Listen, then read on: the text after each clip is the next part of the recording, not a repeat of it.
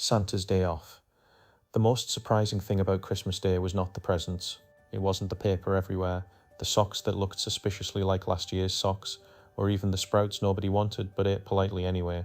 No, the most surprising thing about Christmas Day was this: Santa Claus overslept. Not by much, mind you, Santa never overslept by much. But when Santa Claus opened one eye and squinted at the clock beside his bed, it blinked back at him cheerfully. 10:17 a.m. Santa sat bolt upright. Oh no, the North Pole was silent. No bells, no bustle, no elves, zooming past with clipboards and cocoa.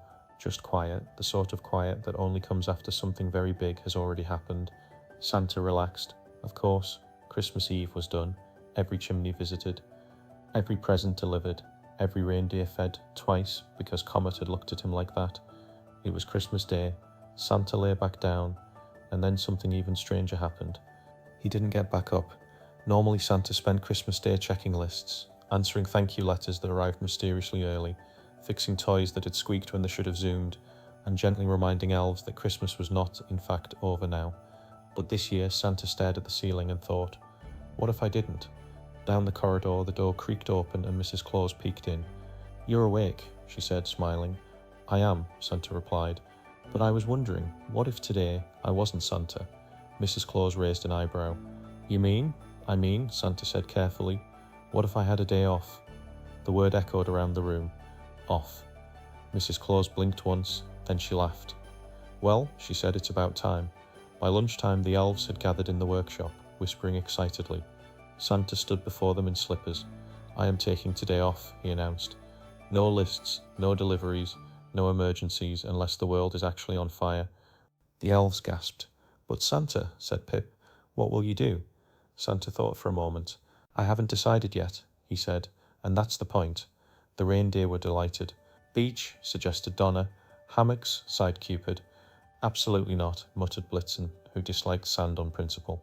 In the end, Santa decided on something wonderfully ordinary. He put on a jumper that didn't sparkle. He left his hat on the hook, and he stepped out of the North Pole gates with nothing but a small sack labelled Santa, do not open. He wandered. He visited a quiet town where children were building lopsided snowmen. One child squinted at him. You look like Santa, she said. Santa chuckled. I get that a lot.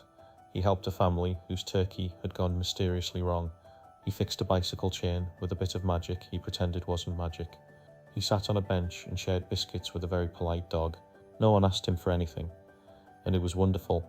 At one house, Santa heard laughter spilling out of an open window. Inside, a family played a board game with far too many rules and not nearly enough understanding of them. Santa smiled so hard his cheeks ached.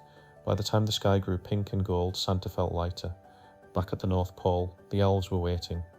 So, asked Mrs. Claus, did you save Christmas? Santa shook his head. No, he said happily. I enjoyed it. That night, Santa went to bed early.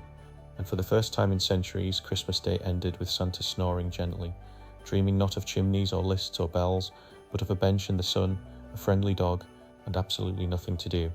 Thank you for listening. Like and subscribe to our Tell Me a Story channels for more stories, special genres, and to suggest your own story ideas.